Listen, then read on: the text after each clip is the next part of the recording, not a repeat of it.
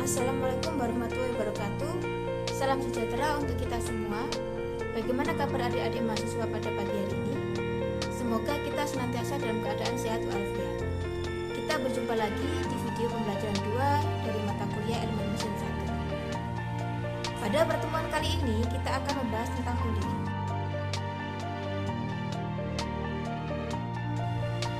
Sebelum kita membahas tentang mur dan baut atau ulir, ada baiknya kita mereview kembali pertemuan awal kita.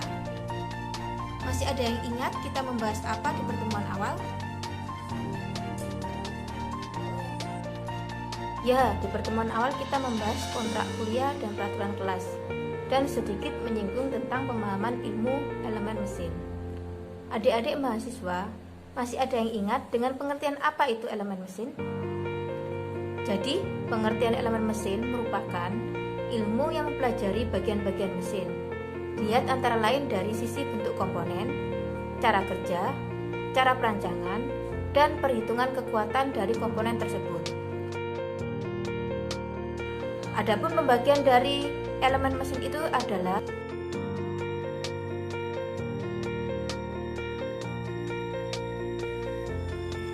pertama, elemen sambungan yang terdiri dari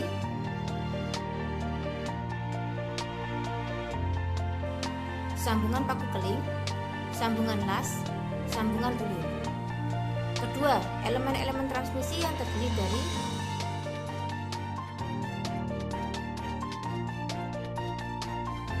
poros dan pasak, kopling,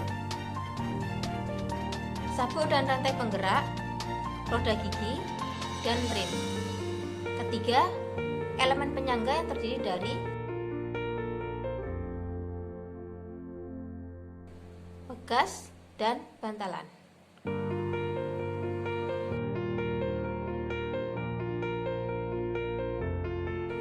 Untuk tahapan dalam perencanaan, kita harus paham pengetahuan basic dalam merancang elemen mesin, yaitu pertama, kita harus paham dasar-dasar ilmu mekanika teknik seperti gaya, momen, keseimbangan.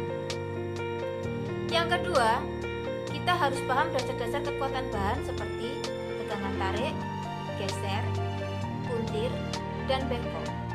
Dasar-dasar ilmu inilah sebagai modal utama kita dalam merancang elemen mesin. Namun, harus mempertimbangkan beberapa hal seperti jenis-jenis tegangan yang ditimbulkan pembebanan, gerak dari elemen mesin, pemilihan bahan, bentuk, dan ukuran komponen.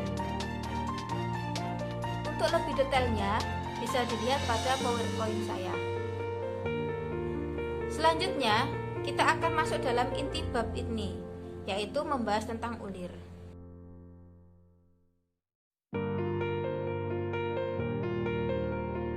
Pertama, fungsi dari ulir yaitu sebagai alat pemersatu. Kedua, sebagai penerus daya. Ketiga, sebagai salah satu alat untuk mencegah terjadinya kebocoran, terutama pada sistem ulir yang digunakan pada pipa. Dimensi penting dari ulir adalah ada yang namanya pitch, jarak puncak satu ke puncak yang lainnya, sudut helix, diameter mayor, diameter kusuk, dan diameter minor.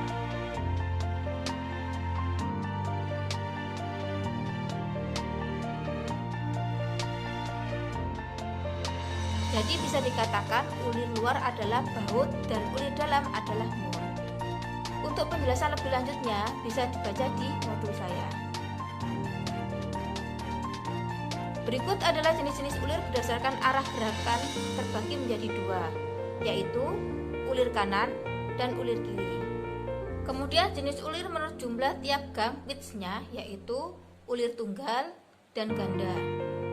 Sedangkan jenis ulir menurut bentuk sisi ulir, ada ulir tunggal, ganda 2, ganda 3, dan ganda 4. Maksudnya di sini, misalnya, jika ulir ganda 2, itu berarti kisaran atau lead-nya, yaitu jarak yang ditempuh ulir dalam satu putaran nilainya sama dengan 2 kali nilai pitch ulir itu sendiri. Bentuk sisi ulir terbagi menjadi dua jenis, yaitu ulir matrix dan ulir standar Whitworth. Untuk dimensi ulir matriks bisa dilihat pada gambar berikut ini.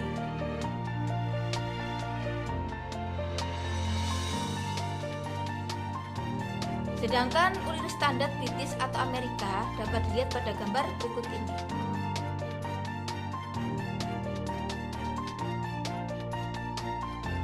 Atau bisa dilihat lebih detailnya pada modul atau bahan tayang saya. Adapun perbedaan dimensinya dapat dilihat pada layar.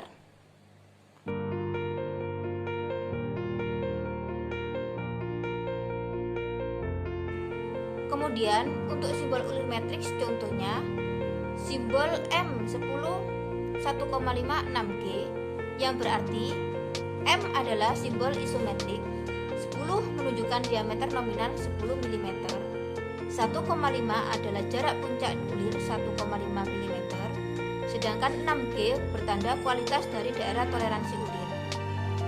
Simbol British atau Amerika misalnya 2A berarti kelas ulir. UNC seri ulir 16 adalah jumlah gram per inchinya 3/8 diameter mayor inci dalam satuan inci.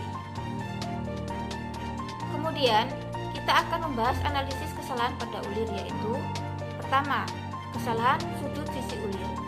Bisa terjadi karena kesalahan sudut pahat atau pisau pahat atau kesalahan penyetelan posisi pahat pada saat pembuatan ulir. Sedangkan analisis kesalahan jarak puncak ulir atau pitch bisa disebabkan karena ketidakbenaran hasil bagi atau rasio antara kecepatan pemakanan pahat, yaitu gerakan translasi, dengan kecepatan potong pahat, yaitu kecepatan putar dari benda kerja, sehingga hasil bagi antara kecepatan pemakanan dan kecepatan putar harus tetap konstan selama proses pemotongan berlangsung, agar tidak terjadi kesalahan pada proses pembuatannya. Berikut adalah macam-macam baut dan mur. Ada yang berbentuk segi 6, bentuk U, mur bertopi, dan seterusnya. Berikut adalah bentuk kepala baut atau sekrut. Dapat dilihat pada layar berikut ini.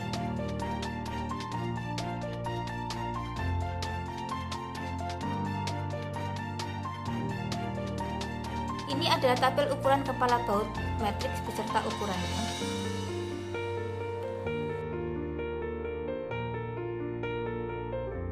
Berikut adalah bahan baut dan mur beserta nilai kekuatan tariknya, dapat dilihat pada tabel.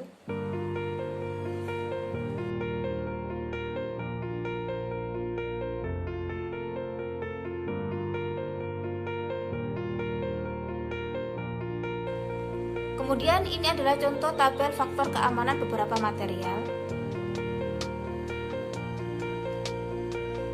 Di sini ada yang namanya steady load, maknanya gaya beban yang diberikan atau terjadi secara konstan dan tidak berubah-ubah.